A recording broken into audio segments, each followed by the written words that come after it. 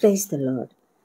ప్రభువైన యేసుక్రీస్తు నామంలో మీకందరికీ కూడా శుభములు తెలియజేస్తూ ఉన్నాను. మరొక నూతన దినాన్ని దేవుడు మనకిచ్చాడు.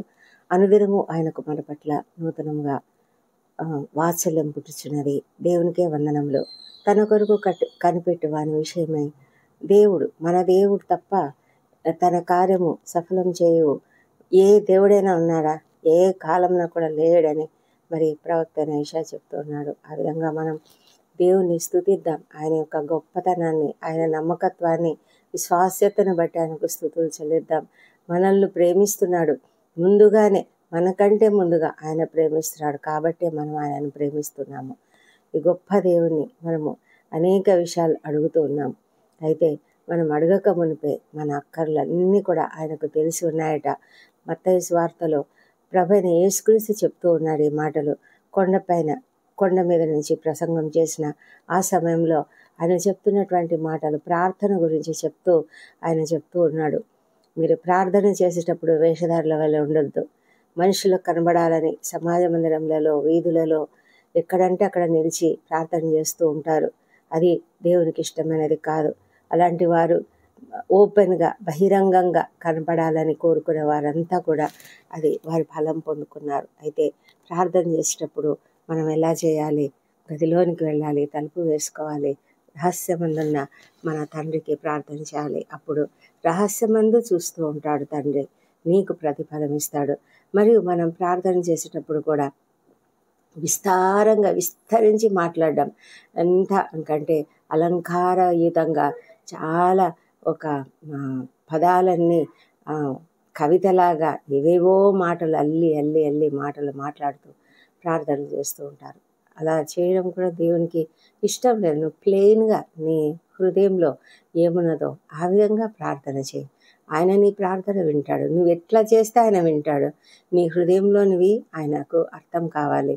నీ వేదన అర్థం కావాలి. నీ యొక్క హృదయాన్ని ఆయన ఎదుట పరిచి మనము ఆయన ఎదుట మన యొక్క బాధలు, ప్రార్థనలు, యాచనలు, కృతజ్ఞతా స్తుతులు అన్నీ కూడా తెలియజెప్పాలి. అయితే నీ హృదయాన్ని ఆయన చూసేది, నీ మాటల్ని కాదు. నీ హృదయాన్ని ఆయన చూస్తున్నాడు. నీ యొక్క పనితనాన్ని, లేకపోతే నీ యొక్క మాట నేర్పరితనాన్ని ఆయన చూడడం లేదు. కాబట్టి వ్యర్థమైన మాటలు వచించొద్దు.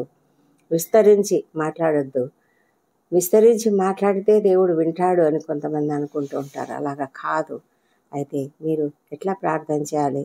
ఆయనకు అసలు మీరు అడగక మునిపే మీ అక్కర్లన్నీ కూడా ఆయనకు తెలుసు. నీకేం కావాలో ఆయనకు తెలుసు. మరి అలాంటప్పుడు మనం ఇంతగా విస్తరించి అడగవలసిన అవసరము లేదు అని ప్రభువు చెప్తూ ఉన్నాడు. కాబట్టి అడగక మునిపే మన అక్కర్లు తెలిసినటువంటి ఆ గొప్ప దేవుని మనం కలిగి ఉన్నాం. చూసారా? అడిగి మనం అన్నీ మన లిస్టు చెప్పుకొని అది కాదు. ఆయనకు ముందే తెలుసు. కాకపోతే ఆయన సన్నిధిలో మనం అడగాలి. అది ఆయనకి ఇష్టము. ఒక్కొక్కసారి అడగైంది అమ్మైనా పెట్టదు అని ఒక సామెత ఉంటుంది. అడగకపోతే అమ్మ కూడా పెట్టదంట. అంటే మామూలుగా అయితే అలా జరగదు. కానీ చాలాసార్లు అడగాల్సి వస్తుంది అనమాట. వచ్చి అమ్మ అన్నం పెట్టావా అంటే పెడుతుంది అమ్మ. అయితే మనం దేవుణ్ణి కూడా అలాగే అడగందే పెట్టాడు అని కాదు, కానీ అడగడం అనేది ఆయనకి ఇష్టం. అడుగుడి మీకు ఇవ్వబడును అని చెప్పాడు కనుక మనం అడగాలి, ఆయనతో మాట్లాడాలి. అది ఆయనకి ఇష్టం. కాబట్టి మనం ఆయనను అడగాలి అని ఆయన ఎదురు చూస్తుండగా మనము తప్పకుండా అడుగుదాం. అయితే అడగక మునిపే మన అక్కర్లు ఆయనకి ఎలా తెలుసు అన్న విషయాన్ని గురించి ఆలోచించినట్లయితే, ప్రభువైన యేసుక్రీస్తు ఈ లోకంలో సంచరిస్తూ ఉన్నప్పుడు ఆయన చేసినటువంటి అనేక అద్భుత కార్యములను మనం గమనించినట్లయితే, ఒక వ్యక్తి దగ్గరికి ఆయన వెళ్తాడు. అతడు కేవలము బెతెస్దా అనబడిన ఒక కోనేటి నీటిపైనే దృష్టి ఉంచుకొని అక్కడ పడి ఉన్నాడు. ఆ బెతెస్దా అనే కోనేరు, ఆ కోనేటిలో 5 మంటపాలు ఉన్నాయట. ఆ కోనేటిలో అకేషనల్గా, అంటే అప్పుడప్పుడు, అది ఒక ప్రత్యేకమైన సమయం, ఏ సమయం అనేది మరి వాళ్ళు గమనించి ఉంటారేమో. ఒక పస్కా సమయమో, పస్కా పండుగ సమయమా, లేకపోతే ఏదో ఒక సమయంలో అప్పుడప్పుడు, రోజు కాదు, కంటిన్యూస్గా కాదు, అప్పుడప్పుడు నీరు కదిలించబడుతుందట. నీరు కదిలించబడ్డం. ఎట్లా అంటే దేవదూత ఆ నీటిని కదిలిస్తాడట. కదిలించినప్పుడు ఒక ప్రత్యేక రీతిలో ఆ నీళ్లు కదులుతాయనుకుంటాను. అంటే కోనేరు అనేది ఒక కొద్దిగా కొంచెం ప్లేస్లో ఉన్నటువంటి ఒక స్టిల్ వాటర్ కదా, అంటే పారే నీరు కాదు. కాబట్టి ఆ నీరు ఎప్పుడు కదలిక లేకుండా ఉంటుంది. మనం ఒక రాయి వేస్తే ఆ రాయి పడినప్పుడు ఆ రాయి చుట్టూ ఇలాగ అలల్లాగా ఎలా వస్తుందో, అలాగనే ఒక కోనేరు కదలిక లేనటువంటి ఆ నీటిలో ఎవరైనా కదిలించినప్పుడు ఒక విధమైన అలజడి రేగినట్లుగా నీళ్లు కదులుతూ ఉన్నప్పుడు ఇమ్మీడియట్గా, అంటే ఆ కదిలించబడిన వెంటనే ఎవరైతే దిగుతారో వాడు ఎట్టి వ్యాధి గలవాడైనా కూడా బాగుపడతాడట. మరి అది దేవదూత కదిలిస్తాడా లేదా అన్నది ఎవరికీ తెలియదు, కానీ అదొక నమ్మకం అనేది వాళ్ళలో ఏర్పడింది. అదొక బహుశా దేవునికి అది ఇష్టం లేని పని అయి ఉండవచ్చు. ప్రభువైన యేసయ్యకు అది ఇష్టం లేదు. ఎందుకంటే కేవలము మనుషులంతా కూడా ఒక ఆచారము, లేకపోతే ఒక పద్ధతి, ఒక మూఢనమ్మకం లాంటి దాని మీద ఆధారపడి వారు అక్కడ చేస్తూ ఉన్నారు. అక్కడ జరుగుతూ ఉంది. మరి ఆ బాగుపడడం అనేది కొన్ని వాటర్స్కి కొన్ని హీలింగ్ పవర్స్ ఉంటాయంట కదా. కొన్ని వాటర్, కొన్ని పరిస్థితులు ఉన్న వాటర్కు ఉన్నటువంటి ఒక స్వస్థత పరిచే గుణాలు ఉన్నటువంటి వాటర్, ఆ మినరల్స్ అక్కడ ఉండేటువంటి ఏదో ఒక మెడిసినల్ ప్రభావం వల్ల ఆ విధంగా హీల్ అవ్వడం అనేది జరిగి ఉండవచ్చు అని కొంతమంది చరిత్రకారులు అయితే చెప్తారు. కానీ మరి ప్రభు అయితే మనము దేవుని వైపు చూడాలని ఇష్టపడుతూ ఉన్నాడు. మరి ఈ కోనేటి దగ్గర ఉన్నటువంటి ఈ వ్యక్తి ఎలాంటి వ్యక్తి అంటే, అతడు చాలా సంవత్సరాల నుంచి 38 సంవత్సరాల నుంచి వ్యాధి కలిగినటువంటి వాడు. ఆ కోనేటిలో ఎవరెవరు పడుతున్నారంట, చాలామంది రోగులు ఉన్నారు అక్కడ. అందరూ కలెక్ట్ అయి ఉన్నారు. ఆ నీళ్ళనే చూస్తూ ఉంటారు వాళ్ళు. ఎప్పుడు నీళ్ళు కదులుతాయా, ఎప్పుడు దూకుదామా, ఎప్పుడు ఆ నీళ్ళలో దిగుదామా అని వెయిట్ చేస్తూ ఉంటారు. అక్కడ ఉన్నటువంటి వారు గుడ్డివారు ఉన్నారు, కుంటివారు ఉన్నారు, ఊచ కాలు చేతులు గలవారు ఉన్నారు, గుంపులుగా ఉన్నారంట. అయితే అక్కడ ఈ 38 సంవత్సరాల నుంచి ఒక వ్యాధి కలిగినటువంటి వాడు పడి ఉన్నాడు అక్కడ. వాడు లేవలేడు, వాడు నడవలేడు. వాని పరిస్థితి బహుఘోరమైన పరిస్థితి. వానిని ఎవరు తీసుకువెళ్ళి అందులో దింపేవాళ్ళు లేరు. అతడే చెప్తున్నాడు, నీళ్లు కదిలింపబడినప్పుడు కోనేటిలోనికి దించడానికి నాకు ఎవరు లేరు. నేను వచ్చేంతలోనే ఇంకొకడు దిగేస్తాడు. అందువల్ల నాకు స్వస్థత కలగడం లేదు అని. అయినప్పటికీ కూడా చూడండి, 38 సంవత్సరాల నుంచి వాడు అక్కడే పడి ఉన్నాడు. అక్కడే ఆ నీళ్ళను చూస్తూ ఉన్నాడు. ఆ నీళ్ళు ఎప్పుడు కదిలింపబడతాయా, నేను దిగగలనా అని ప్రతిసారి ఒక రన్నింగ్ రేస్లో పాల్గొంటూ ఉన్నాడు. ఎంత బాధాకరమైనటువంటి విషయం కదా. కుటుంబంలో ఎవరు తనకు తోడుగా ఉన్నట్లుగా లేరు. ఎవరు వచ్చి అక్కడ వెయిట్ చేసి ఆ నీళ్లు కదిలించబడినప్పుడు వెంటనే అతన్ని దింపగలిగే వారు ఎవరు లేరు. ఆ నీళ్ళు ఎప్పుడు కదిలించబడతాయో కూడా తెలియదు. అంటే ఏ సమయం అనేది అక్కడ రాయబడి లేదు. కాబట్టి వారు రాత్రింబగళ్ళు ఆ నీళ్ళ వైపు చూస్తూ ఉంటారేమో. ఆ నీళ్ళు ఎప్పుడు కదిలించబడతాయా అని చూస్తూ ఉంటారేమో. ఎంత భయంకరమైన పరిస్థితి. మరి ఆ వ్యక్తి ఎంత నిరీక్షణ కలిగి ఉన్నాడు కదా. బహుశా దేవుడు ఆ నిరీక్షణను చూశాడేమో. ఇన్ని సంవత్సరాలుగా ఇతను ఇంత బాధపడుతూ, ఇన్ని సంవత్సరాలుగా ఆ వ్యర్థంగా అది జరగలేని పరిస్థితి, జరగడానికి వీలు కాని పరిస్థితులలో అతడు అక్కడ ఉన్నాడే అని ఒక కనికరం చేత కదిలించబడ్డాడేమో దేవుడు. అందుకే ప్రభు అతని దగ్గరికి వచ్చాడు. అయితే ఆ వ్యక్తి ఏమైనా దేవుణ్ణి అడిగాడా? లేదు కదా. ఆ వ్యక్తికి మనసులో ఉన్నటువంటి కోరిక దేవుడికి తెలుసు. అతని యొక్క బాధ ఏంటి, తాను స్వస్థపడాలని కోరుతూ ఉన్నాడు. అయితే ప్రభువు వచ్చి ఆ వ్యక్తి దగ్గరికి వెళ్ళి 38 సంవత్సరాల నుంచి వ్యాధి కలిగి బాధపడుతున్నటువంటి ఆ వ్యక్తి దగ్గరికే వెళ్ళాడు. చూడండి, ఆయన వెళ్ళి అక్కడ పడి ఉన్నాడు. వాడప్పటికీ బహుకాలం నుంచి ఆ స్థితిలో ఉన్నాడని ఎరిగి, అంటే ఆయనకు ముందే తెలుసు కనుక అతని దగ్గరికి వెళ్ళి ప్రభు అడుగుతున్నాడు, స్వస్థపడగోరుచున్నావా అని అడిగితే ఆ రోగి కూడా డొంక తిరుగుడుగా సమాధానం చెప్తూ ఉన్నాడు. అతడు అంటున్నాడు, అవును అవును ప్రభా, నేను స్వస్థపడగూర్చున్నానని చెప్పొచ్చు కదా. చెప్పలేదు. అసలు అతడు ప్రభు వైపు చూడలేదు. ప్రభు గురించి అతనికి తెలియదు. ఎందుకంటే అతడు ఎప్పటి నుంచో అక్కడే ఉన్నాడు, ఆ బెతెస్దా కోనేటి దగ్గరే ఉన్నాడు. ప్రభువు అనేక మందిని స్వస్థపరుస్తూ లోకంలో సంచరిస్తూ ఉన్నాడు. ఆ విషయం అతనికి తెలియదు. ఎందుకంటే అతడు తిరగలేడు, అతనికి ఎవరు చెప్పలేదు. బహుశా అతనికి ఏ సంగతి తెలియదు. అతడు ఆ బెతెస్దా కోనేటికే పోయినట్లుగా అక్కడే ఉంటూ కదలలేని స్థితిలో ఆ విధంగా ఉన్నాడు. అయితే ఆ విధంగా పడి ఉన్నటువంటి ఆ వ్యక్తి పట్ల దేవునికి శ్రద్ధ కలిగి ఉంది. ప్రభు నీ పట్ల నా పట్ల కూడా అదే విధమైన శ్రద్ధ కలిగి ఉన్నాడు. నువ్వు ఏ స్థితిలో ఉన్నావు? నువ్వు దిగులు పడుతున్నావా? బాధపడుతున్నావా? నేను ఒంటరిని అని దిగులు పడుతూ, నాకెవరు సహాయకులు లేరు, నాకు సహాయం ఎక్కడి నుంచి వస్తుంది, నాకు దిక్కు లేదు అన్నట్లుగా నువ్వు బాధపడుతూ ఉన్నట్లయితే ప్రభు నీ హృదయాన్ని ఎరిగినటువంటి దేవుడు. నువ్వు అడగకపోయినా పర్వాలేదు, కానీ ఆయన నీ హృదయాన్ని ఎరిగినటువంటి దేవుడు. అడగకపోయినా కూడా నీ అక్కర ఎరిగినటువంటి దేవుడు. ఆ వ్యక్తి అడగలేదు, కానీ దేవుడు అతని అక్కర తెలిసినటువంటి వాడై అతని దగ్గరికే వచ్చాడు.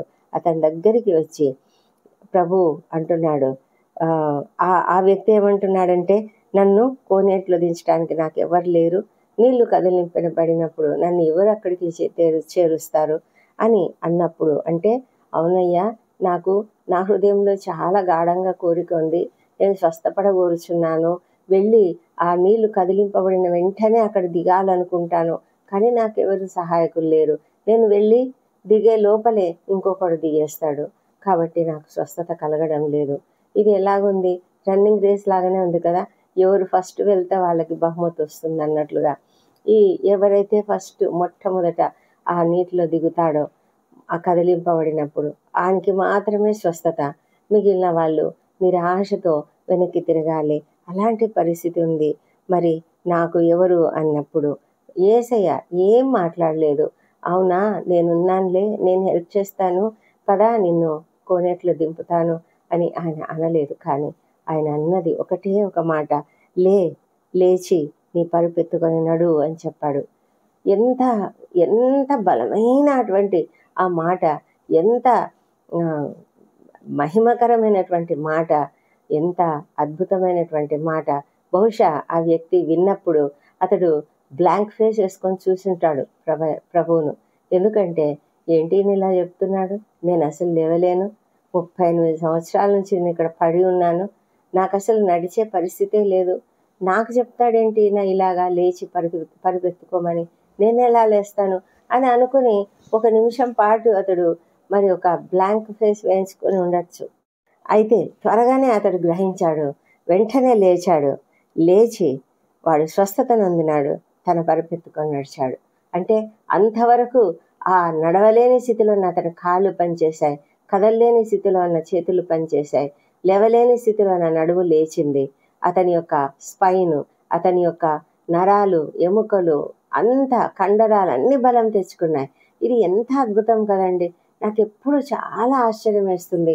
పక్షవాయువు గల వాళ్ళని దేవుడు లేవనెత్తాడు, మరి బాగు చేశాడు అని చెప్పినప్పుడు, ఇలా పడిపోయిన స్థితిలో, ఇన్ని సంవత్సరాల పాటు పడిపోయిన స్థితిలో ఉన్న వాళ్ళను లేవనెత్తడం అనేది ఎంత కష్టతరమైన విషయం.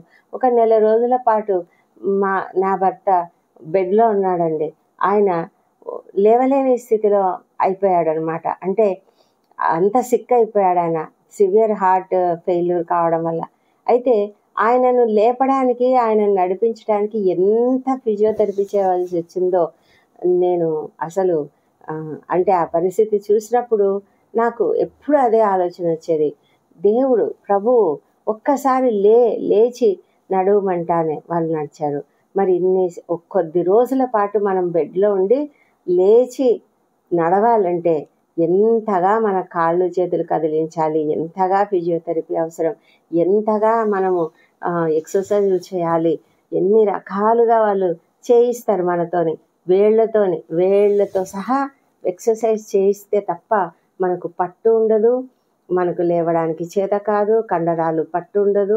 ప్రతి నరము కూడా శక్తి పొందుకోవాలంటే తిరిగి శక్తి పొందుకోవాలంటే మనకు శరీరానికి కొంత శిక్షణ అవసరము, ఫిజియోథెరపీ అవసరము, ఎక్సర్సైజెస్ అవసరము, నడక, ఇవన్నీ కూడా ఎంతో కొంతకాలం పాటు ఎక్సర్సైజ్ చేస్తే తప్ప మళ్ళీ తిరిగి నార్మల్గా నడవలేము కదా.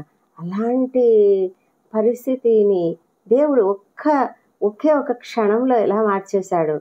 ఆశ్చర్యం అవుతుందండి. ఇదే కదా దేవుని శక్తి, ఇదే కదా దేవుని శక్తి. స్వస్థత అంటే అదే కదా. ఇన్స్టంట్గా లేచి నడవడం అనేది అద్భుతమైనటువంటి విషయం. మనం వాక్యంలో చదివినప్పుడు చాలా సులభంగా చదివేస్తాం, ఆశ్చర్యపోతాం. కానీ నిజం ఆలోచిస్తే ఎంత ఆశ్చర్యకరము అనేది మనం అసలు చెప్పలేము. ఒక సర్జరీ, నీ రీప్లేస్మెంట్ జరిగిందనుకోండి, ఆ నీ తిరిగి మామూలుగా నడవగలగాలంటే వాళ్ళకి ఎంత ఎక్సర్సైజ్ అవసరం, ఎన్ని నెలలు పడుతుంది. ఒకరు సిక్ అయి బెడ్లో ఉండి తిరిగి మామూలు స్థితికి రావాలంటే వాళ్ళకి ఎన్ని రోజులు పడుతుంది, ఎన్ని నెలలు పడుతుంది. పక్షవాయువు కలిగిన వారు బాగుపడడం అనేది అది కళ్ళలోని మాట. అయితే బిగినింగ్లోనే ఇమ్మీడియట్గా ట్రీట్మెంట్ జరిగితే కనీసం కొంత మట్టుకైనా వాళ్ళు నడవగలుగుతారు, కొంత మట్టుకు వాళ్ళు మామూలు స్థితికి రాగలుగుతారేమో. కానీ కొంచెం ఆలస్యమైనా కూడా పక్షవాయువు వచ్చిన పరిస్థితిలో ఉన్న వాళ్ళని లేవనెత్తడం అనేది చాలా కష్టతరమైనటువంటి విషయం ఈ లోకంలో. అయితే దేవుడు ఇన్వాల్వ్ అయితే మాత్రం ప్రతిదీ కూడా నిమిషం మాత్రమేనండి, ప్రతిదీ కూడా క్షణం మాత్రమే. ఆయన క్షణంలోనే మనం కళ్ళు మూసి తెరిచే లోపల స్వస్థతనివ్వగలడు. అన్ని సంవత్సరాలుగా పడిపోయినటువంటి వాడు లేచి తన పరిపెత్తుకొని నడవడం అనేది ఎంత అద్భుతకరమైనటువంటి విషయమో అది ఆలోచిస్తే మనకు చాలా అద్భుతంగా అనిపిస్తుంది. అయితే ఆ వ్యక్తి అడగలేదు, ప్రభువుని అడగలేదు, ప్రభు ఎవరో అతనికి తెలియదు. కానీ ప్రభువు కనికరించాడు.